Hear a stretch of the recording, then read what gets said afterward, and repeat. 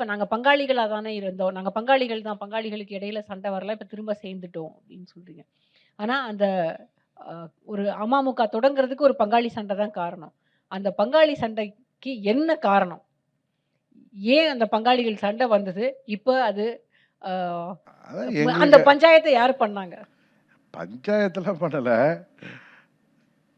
கேள்வி கரெக்ட்டு. அதே முன்ன யாரோ கேட்டாரு. இவரு கேட்ட கேள்வியே வேற மாரி கேட்குறீங்க. உபேந்திரன் கேள்வி தான் கொஞ்சம் வேற ரூபத்துல வருது. பதில் அதே தான். இருந்தாலும் உங்களுக்கு தகுந்த மாரி நான் சொல்ல வேண்டியிருக்கு. 2017ல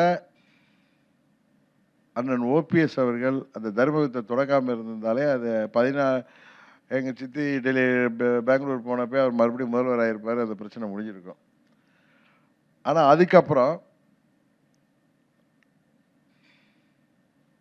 நான் ஆர்கே நகர் இடைத்தேர்தல்ல நின்னதுனால வெற்றி பெற்றா நான் அசெம்பிளிக்கு வரணும்.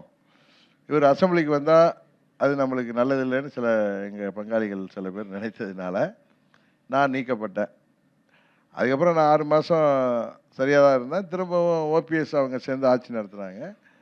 எங்கள் எம்எல்ஏக்கள் அதை ஏற்றுக்கொள்ளாம வெளியில வந்தது ஒரு காரணம்.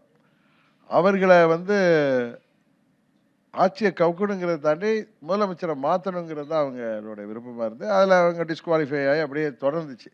நீங்க சில இதெல்லாம் ஆரம்பிக்கிறப்ப ஒண்ணும் தெரியாது. அது எங்க போகுதுன்னு தெரியாது. அது மாரி எது நடக்கணும்னு இருக்கிறது நடந்து தான ஆகும். அதனால அத யாரும் தடுக்க முடியாதுன்னு தான் நெனைக்கிறேன்.